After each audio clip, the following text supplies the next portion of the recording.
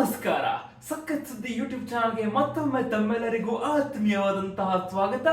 ನಾನು ಸಾಯಿ ವಿನಾಯಕ.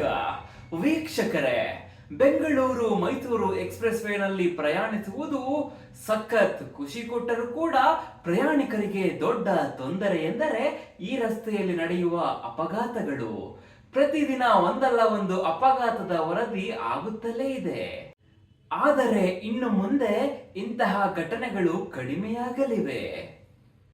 ಹೌದು, ಇಡೀ ಬೆಂಗಳೂರು ಮೈಸೂರು ಎಕ್ಸ್ಪ್ರೆಸ್ ವೇನಲ್ಲಿ ಜುಲೈ 1ರಿಂದ ಇಂಟೆಲಿಜೆಂಟ್ ಟ್ರಾಫಿಕ್ ಮ್ಯಾನೇಜ್ಮೆಂಟ್ ಸಿಸ್ಟಮ್ ಅಂದರೆ ITMS ಅನ್ನು ಹೊಂದಲಿದೆ.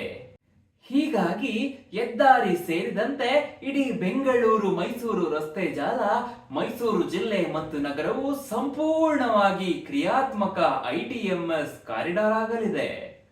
ಇನ್ನು ಮುಂದೆ ಬೆಂಗಳೂರು ಮತ್ತು ಮೈಸೂರು ಎಕ್ಸ್ಪ್ರೆಸ್ ವೇನಲ್ಲಿ ಅಪಘಾತಗಳು ಕಡಿಮೆಯಾಗಲಿವೆ.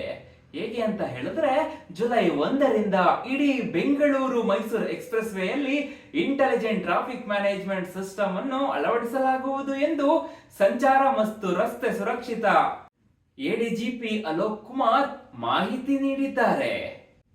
ITMS ಅಥವಾ ಇಂಟೆಲಿಜೆಂಟ್ ಟ್ರಾಫಿಕ್ ಮ್ಯಾನೇಜ್ಮೆಂಟ್ ಸಿಸ್ಟಮ್ ಅನ್ನು ಡಿಸೆಂಬರ್ 2022ರಲ್ಲಿ ಬೆಂಗಳೂರಿನಲ್ಲಿ ಪ್ರಾರಂಭಿಸಲಾಯಿತು.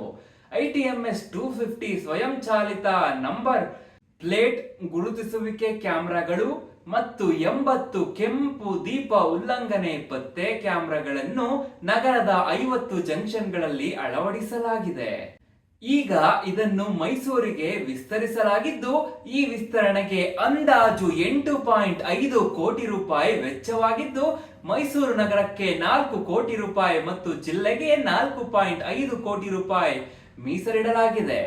ಇನ್ನು ಮೈಸೂರು ಜಿಲ್ಲೆಯ ಹುಣಸೂರು, HD ಕೋಟೆ, ನಂಜನಗೂಡು ಮತ್ತು T ನರಸೀಪುರದಂತಹ ಪ್ರದೇಶಗಳಲ್ಲಿ ಹೊಸದಾಗಿ ಅಳವಡಿಸಲಾಗಿರುವ ಈ ANPR ಕ್ಯಾಮೆರಾಗಳ ಮೂಲಕ ಜುಲೈ 1ರಿಂದ ಚಲನ್ಗಳ ಮೂಲಕ ಸಂಚಾರ ಉಲ್ಲಂಘನೆಗಳನ್ನು ಜಾರಿಗೊಳಿಸುವುದು ಪ್ರಾರಂಭವಾಗುತ್ತದೆ. ಮುಂದಿನ ಯೋಜನೆಗಳಲ್ಲಿ ಇಂಟೆಲಿಜೆಂಟ್ ಟ್ರಾಫಿಕ್ ಮ್ಯಾನೇಜ್ಮೆಂಟ್ ಸಿಸ್ಟಮ್ ಕ್ಯಾಮೆರಾಗಳನ್ನು ಬೆಂಗಳೂರು ಸಮೀಪದ ತಾಲೂಕುಗಳು ಮತ್ತು ಜಿಲ್ಲೆಗಳಿಗೆ ಸಂಪರ್ಕಿಸುವ ಪ್ರಮುಖ ಹೆದ್ದಾರಿಗಳಿಂದ ತುಮಕೂರು ರಸ್ತೆ, ಕನಕಪುರ ರಸ್ತೆ, ಕೊಳ್ಳೇಗಾಲದವರೆಗೆ ಮತ್ತು ಹೊಸೂರು ರಸ್ತೆಗಳಲ್ಲಿ ಅಳವಡಿಸಲಾಗುತ್ತದೆ. ಹೆಚ್ಚುವರಿಯಾಗಿ ಇಂಟೆಲಿಜೆಂಟ್ ಟ್ರಾಫಿಕ್ ಮ್ಯಾನೇಜ್ಮೆಂಟ್ ಸಿಸ್ಟಮ್ ಜೊತೆಗೆ ಟ್ರಾಫಿಕ್ ಅಪ್ಡೇಟ್ ಮತ್ತು ರಸ್ತೆ ಪರಿಸ್ಥಿತಿಯನ್ನು ಪ್ರಸಾರ ಮಾಡಲು ಈ ಮಾರ್ಗದಲ್ಲಿ ವೇರಿಯಬಲ್ ಮೆಸೇಜಿಂಗ್ ಚಿಹ್ನೆಗಳನ್ನು ಪರಿಚಯಿಸಲು ಚಿಂತಿಸಲಾಗುತ್ತಿದೆ. ಇವುಗಳಿಂದ ರಸ್ತೆಯಲ್ಲಿ ಪ್ರಯಾಣಿಸುವ ವಾಹನ ಚಾಲಕರಿಗೆ ಅನುಕೂಲವಾಗಲಿದೆ. ಇದರ ಜೊತೆಗೆ ಬೆಂಗಳೂರು ಮೈಸೂರು ಹೆದ್ದಾರಿಯಲ್ಲಿ ಹೆಚ್ಚುವರಿ ಕ್ಯಾಮೆರಾಗಳು ಮತ್ತು VMS ಬೋರ್ಡ್ಗಳು ಅಳವಡಿಸಲು ಚಿಂತಿಸಲಾಗಿದೆ. ರಾಜ್ಯ ರಸ್ತೆ ಸಾರಿಗೆ ಪ್ರಾಧಿಕಾರದಿಂದ ಅನುಮೋದನೆ ದೊರೆತಿದ್ದು, ಶೀಘ್ರದಲ್ಲಿಯೇ ಟೆಂಡರ್ಗಳು ಹೊರಬೀಳುವ ನಿರೀಕ್ಷೆ ಇದೆ ಎಂದು ಪ್ರಕಟಣೆ ತಿಳಿಸಿದೆ. ಬೆಂಗಳೂರು ಹೊರತುಪಡಿಸಿ ಕರ್ನಾಟಕದಾದ್ಯಂತ ರಸ್ತೆ ಸುರಕ್ಷತೆಯಲ್ಲಿ ಮತ್ತಷ್ಟು ಸುಧಾರಣೆಗಳು, ಬ್ಲಿಂಕರ್ಗಳು, ಕುಡಿದು ವಾಹನ ಚಲಾಯಿಸುವುದನ್ನು ಪರಿಶೀಲಿಸಲು 800 ಆಲ್ಕೋಮೀಟರ್ಗಳು ಮತ್ತು 155 ಲೇಸರ್ ಸ್ಪೀಡ್ಗಳನ್ನು ಅಳವಡಿಸಲಾಗಿದೆ.